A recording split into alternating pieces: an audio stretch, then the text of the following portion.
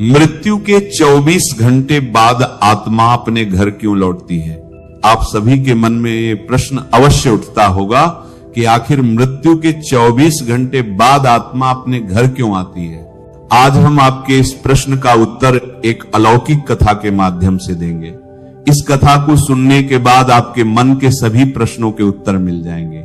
एक बार की बात है, ब्रह्मानंदन देवर्षि नारद जी आकाश में विचरण कर रहे थे। तभी उनकी दृष्टि पृथ्वी लोक पर पड़ी। कुछ लोग एक मृत शरीर के पास करुण स्वर में जोर जोर से विलाप कर रहे थे और अपने मृत परिजन के वापस आने के लिए भगवान से प्रार्थना कर रहे थे। यह दारुण दृश्य देखकर नारद जी अत्यंत दुखी हो गए और उनके मन में एक प्रश्न को लेकर संशय उत्पन्न हो गया। वे इस प्रश्न का उत्तर जानने के लिए सीधे यमलोक जा पहुंचे। यमलोक पहुंचकर नारद जी ने यमराज को हाथ जोड़कर प्रणाम किया। यमराज ने देवर्षि नारद जी का अभिवादन करते हुए कहा, हे नारायण भक्त, आपका यमपुरी में स्वागत है। कहिए आज किस प्रयोजन से यमलोक आना हुआ? अवश्य ही आप कोई सुखद समाचार लेकर आए होंगे। तब नारद जी बोले, हे कालदेव, हे मृत्युंजय, आज मैं आपके पास कोई समाचार लेकर नहीं आया हूं, अपितु मैं तो अपने प्रश्नों का उत्तर जानने के लिए आया हूं। कृपया आप मेरे प्रश्नों का उत्तर देकर मेरी दुविधा दूर कीजिए। नारद जी की बात सुनकर धर्मराज बोले, हे मुनि श्रेष्ठ, आप निसंकोच होकर अपने प्रश्न पूछिए, मैं अवश्य ही आपके प्रश्नों का उत्तर दूंगा। तब देवर्षि नारद जी ने प्रश्न किया, हे धर्मराज, मेरा पहला प्रश्न यह है कि क्या मनुष्य को मृत्यु से पहले कोई संकेत मिलता है? और मेरा दूसरा प्रश्न है कि मृत्यु के 24 घंटे बाद आत्मा अपने घर क्यों लौटती है? नारद जी के ये दोनों प्रश्न सुनकर धर्मराज बोले, हे मुनि श्रेष्ठ, आज आपने मानव हित के लिए अत्यंत महत्वपूर्ण प्रश्न पूछा है। इस प्रश्न के उत्तर में समस्त मानव जाति का कल्याण छिपा है। हे मुनिवर, सर्वप्रथम मैं आपके पहले प्रश्न का उत्तर एक अत्यंत सुंदर पौराणिक कथा के माध्यम से देना चाहता हूं। उसके पश्चात आपके दूसरे प्रश्न का उत्तर दूंगा। आप इस कथा को पूरा सुनिए, तभी आपको आपके प्रश्नों का संपूर्ण उत्तर प्राप्त होगा। यमराज कथा सुनाने लगे। हे देवर्षि, पूर्व काल की बात है, कंचनपुर नाम के देश में एक अत्यंत सुंदर और शोभायमान नगरी थी, जिसमें कर्मदास नामक एक ब्राह्मण निवास करता था। वह अपनी भक्ति, विद्वता और सद्व्यवहार के कारण पूरे नगर में प्रसिद्ध था। कर्मदास नित्य ईश्वर की पूजा आराधना करता था और भगवान विष्णु का अनन्य भक्त था। उसके घर में धन, धान्य और सुख समृद्धि की कोई कमी नहीं थी। वह अपने छोटे से परिवार के साथ सुखमय जीवन व्यतीत कर रहा था। लेकिन इन सब के बावजूद कर्मदास के मन में एक गहरा भय छिपा हुआ था, जिसने उसके सुखी जीवन को अंधकारमय बना दिया था। वह प्रत्येक क्षण मृत्यु के बारे में सोचकर डरता रहता था। रात को जब सब सो जाते, तब कर्मदास अकेला बैठकर यही सोचता कि उसकी मृत्यु के बाद उसके परिवार का क्या होगा, उसकी संपत्ति, उसके प्रियजन और यह शरीर सब एक दिन समाप्त हो जाएंगे। ये भय दिन प्रतिदिन बढ़ता गया। उसे रातों में नींद नहीं आती थी। मृत्यु के भय से चिंतित होकर उसने भजन करना भी छोड़ दिया था, मानो मृत्यु के भय ने उसके सुखमय जीवन पर काला ग्रहण लगा दिया हो। एक दिन कर्मदास ने इस भय से छुटकारा पाने का निर्णय लिया। उसने सोचा, मुझे मृत्यु का रहस्य जानना होगा। यदि मैं यह समझ सकूं कि मृत्यु से पहले क्या संकेत मिलते हैं, तो शायद मैं इस भय से मुक्त हो सकता हूं।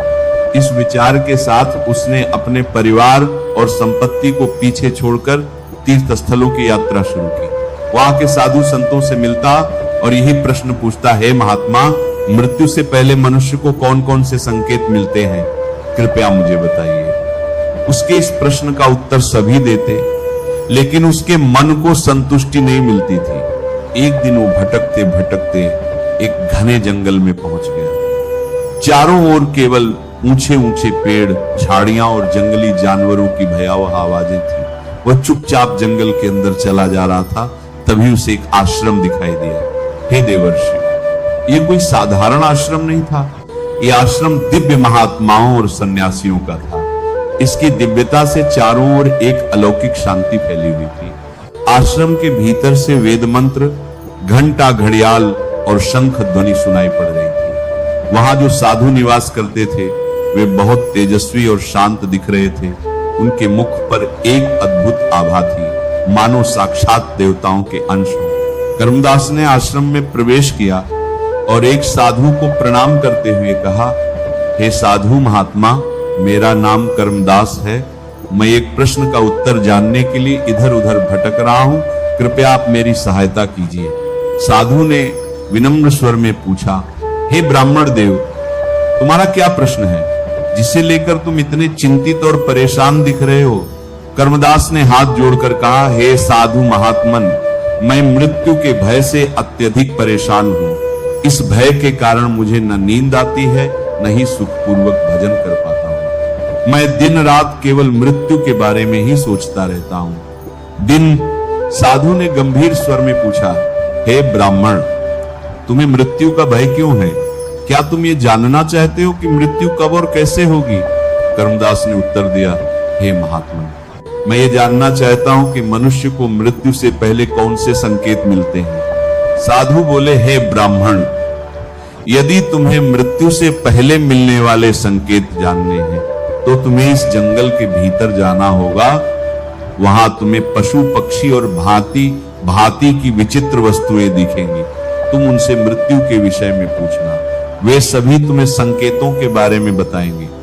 लेकिन याद रखना, वे तुमसे पहले एक पहेली पूछेंगे। यदि तुम उस पहेली का सही उत्तर दे दोगे तभी वे तुम्हें मृत्यु का संकेत बताएंगे। यह सुनकर कर्मदास ने साधु को प्रणाम किया और उनके निर्देशानुसार जंगल में चल पड़ा। जंगल बेहद भयानक था।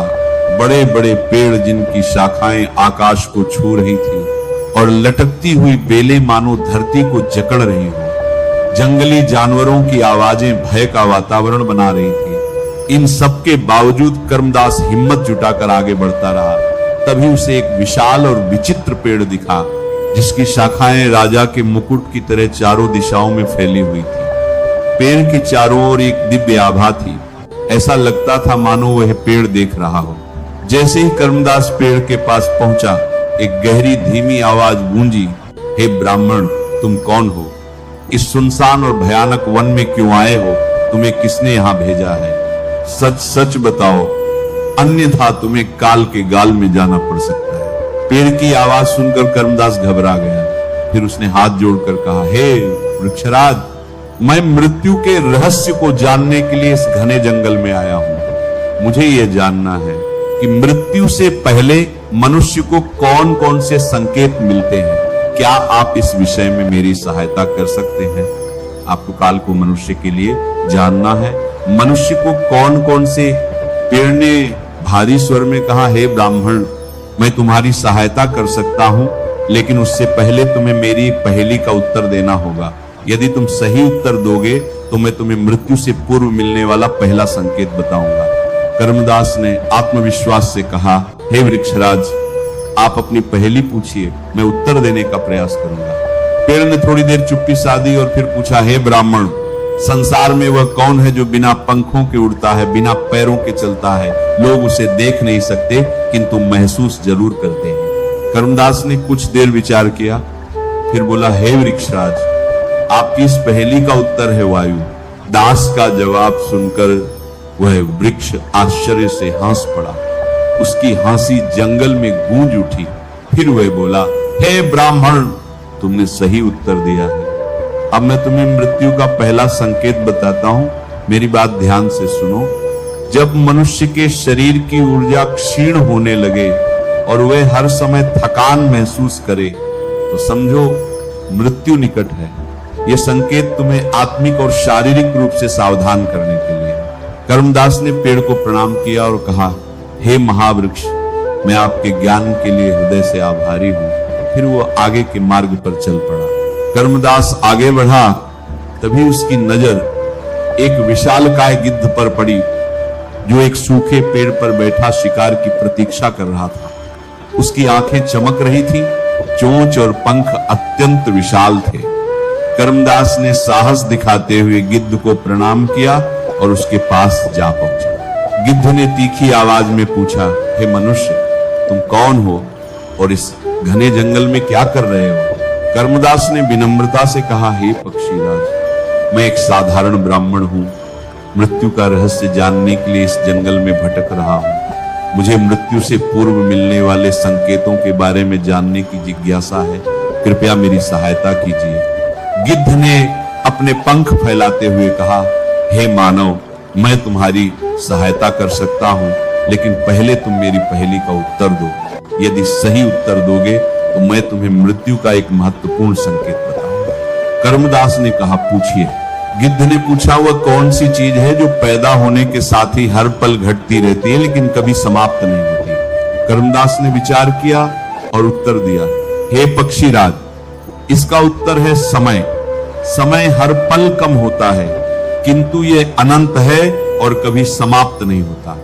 गिद्ध प्रसन्न होकर बोला, तुमने सही उत्तर दिया है। सुनो, मृत्यु का दूसरा संकेत यह है कि जब व्यक्ति की इंद्रियों की शक्ति क्षीण होने लगे, अर्थात सुनने और देखने की क्षमता कमजोर होने लगे, तो समझो मृत्यु निकट है। कर्मदास ने धन्यवाद दिया और आगे चल पड़ा। कुछ दूर चलने पर एक गधा दिखाई दिया जो पेड़ की छाया में खड़ा था। उसकी आंखों में गहरी शांति थी। कर्मदास ने उसे प्रणाम किया और अपना प्रयोजन बताया। गधे ने कहा, मैं तुम्हें संकेत बताऊंगा, लेकिन पहले मेरी पहेली सुनो। वो क्या है जो जितना खाली होता है उतना ही भारी महसूस होता है? कर्मदास ने सोचकर उत्तर दिया, ये चिंता है। चिंता जितनी अधिक होती है उतना ही भारीपन महसूस होता है, भले ही वह वास्तव में कुछ न हो। गधा बोला, सही उत्तर। अब सुनो, मृत्यु का तीसरा संकेत यह है कि जब व्यक्ति की त्वचा पर झुर्रियां पड़ने लगे तो यह संकेत है कि मृत्यु धीरे धीरे निकट आ रही है। यह शरीर के क्षय का प्रारंभ है। आगे बढ़ने पर एक शेर मिला जिसकी दहाड़ से जंगल गूंज उठा। कर्मदास डरा, किंतु साहस जुटाकर उसने अपनी जिज्ञासा प्रकट की। शेर ने पहेली पूछी, वह क्या है जो देखने में खाली है लेकिन अपने भीतर सब कुछ समेटे हुए? कर्मदास ने कहा, आकाश। शेर बोला, सही। मृत्यु का चौथा संकेत यह है कि शरीर की त्वचा का पीली या काली पड़ना और चेहरे का तेजहीन हो जाना मृत्यु के निकट आने का महत्वपूर्ण संकेत है। यह दर्शाता है कि शरीर की जीवन ऊर्जा क्षीण हो रही है। थोड़ी दूर पर एक दिव्य गाय दिखी जिसका शरीर सुनहरी आभा से चमक रहा था। कर्मदास ने उसे प्रणाम किया और प्रार्थना की। दिलीन कारपुर के लिए गाय ने पूछा, वह कौन सा अमृत है जो बिना पिए ही जीवन को बनाए रखता है और बिना देखे भी हर प्राणी के लिए आवश्यक है? कर्मदास ने उत्तर दिया, प्राणवायु। गाय मुस्कुराई और बोली, मृत्यु का पांचवा संकेत यह है कि जब व्यक्ति का शरीर भोजन के प्रति उदासीन हो जाए और वह स्वाद न पहचान पाए तो समझो मृत्यु का समय निकट है। यह शरीर और आत्मा के पृथक्करण का प्रारंभ है। एक सरोवर के पास हंस का जोड़ा मिला। कर्मदास ने उनसे प्रश्न किया। हंस ने पूछा, वह कौन सी चीज है जो हमेशा दूसरों की नकल करती है लेकिन खुद कभी मौलिक नहीं होती? कर्मदास ने कहा, छाया। हंस बोला, सही। मृत्यु का छठा संकेत यह है कि जब व्यक्ति के सपने डरावने और विचित्र होने लगे और वह गहरी नींद ना ले पाए तो समझो मृत्यु निकट है। सपने आत्मा की चेतना के संकेत हैं। अंत में एक विशाल हाथी मिला जो गंभीर और तेजस्वी लग रहा था। कर्मदास ने उससे भी वही प्रश्न किया। हाथी ने पूछा, वह कौन सी चीज है जो बिना रोक टोक चलती रहती है लेकिन जिसका अंत हर किसी के लिए निश्चित है? कर्मदास ने कहा, जीवन। हाथी प्रसन्न हुआ और बोला, मृत्यु का सातवां और अंतिम संकेत यह है कि जब मनुष्य के अंदर आध्यात्मिक बदलाव आए, अर्थात वह शांत, विरक्त और आत्मचिंतन में लीन हो जाए, तो यह जान लेना चाहिए कि जीवन का अंत निकट है। यह आत्मा के परलोक गमन की तैयारी है। साधु संकेत जानने के बाद कर्मदास वापस आश्रम पहुंचा और साधु महात्मा को सब कुछ बताया। साधु ने कहा, हे ब्राह्मण, तुम्हारी ये यात्रा केवल मृत्यु को समझने की नहीं बल्कि जीवन को जानने की थी। ये संकेत इस सत्य को प्रकट करते हैं कि जीवन नश्वर है। तुम्हें मृत्यु से डरने की आवश्यकता नहीं। जो व्यक्ति धर्म, सत्य और भक्ति का पालन करता है वह मृत्यु को सहजता से स्वीकार करता है और आत्मा को श्री हरि के चरणों में स्थान मिलता है। यमराज ने नारद जी से कहा, हे देवर्षि, अब मैं आपके दूसरे प्रश्न का उत्तर देता हूं। जब किसी की मृत्यु होती है तो उसकी आत्मा 24 घंटे बाद अपने घर लौटती है। यह केवल मान्यता नहीं बल्कि सूक्ष्म जगत का एक अटल सत्य है। आत्मा की यह यात्रा उसके कर्मों, भावनाओं और मोह से जुड़ी है। मृत्यु के बाद आत्मा तुरंत स्थूल शरीर से मुक्त हो जाती है, किंतु वह सांसारिक बंधनों से तुरंत मुक्त नहीं हो पाती। उसे ऐसा लगता है कि वह अभी भी जीवित है। वह अपने परिवार, प्रियजनों और उन स्थानों की चिंता करती है जहां उसने जीवन बिताया। यह भावनात्मक आकर्षण ही उसे वापस खींच लाता है। इसके अलावा आत्मा यह देखना चाहती है कि उसका अंतिम संस्कार ठीक प्रकार से हुआ या नहीं, और यदि कोई अधूरी इच्छा रह गई हो तो उसकी पूर्ति का प्रयास करती है। परिवार के शोक और अनुष्ठानों की ऊर्जा भी उसे आकर्षित करती है। कभी कभी आत्मा की उपस्थिति हल्की आहट, स्पर्श या स्वप्न के माध्यम से अनुभव की जा सकती है। यह भ्रम केवल 24 घंटे तक रहता है। इसके बाद आत्मा को उसके कर्मों के अनुसार आगे की यात्रा पर ले जाया जाता है, पितृलोक, यमलोक या पुनर्जन्म के चक्र में। यदि आत्मा को अत्यधिक मोह है तो वह भटक सकती है। इसीलिए मृत्यु के समय मनुष्य को एकाग्र होकर परमात्मा का स्मरण करना चाहिए ताकि आत्मा मोह से मुक्त हो सके। नारद जी इस ज्ञान को सुनकर अत्यंत प्रसन्न हुए और यमराज को धन्यवाद देकर देवलोक लौट गए। इस प्रकार मृत्यु से पहले मिलने वाले संकेत जीवन की नश्वरता का बोध कराते हैं और आत्मा का 24 घंटे बाद घर लौटना उसके सांसारिक मोह व अधूरे बंधनों का प्रतीक है। धर्म कर्म का पालन करने और मृत्यु को एक स्वाभाविक परिवर्तन के रूप में स्वीकार करने की प्रेरणा देता है। नमः शिवाय। श्री महालक्ष्मी नमः। नमो भगवते वासुदेवाय। जय मां सरस्वती। जय श्री कृष्ण। राधे राधे।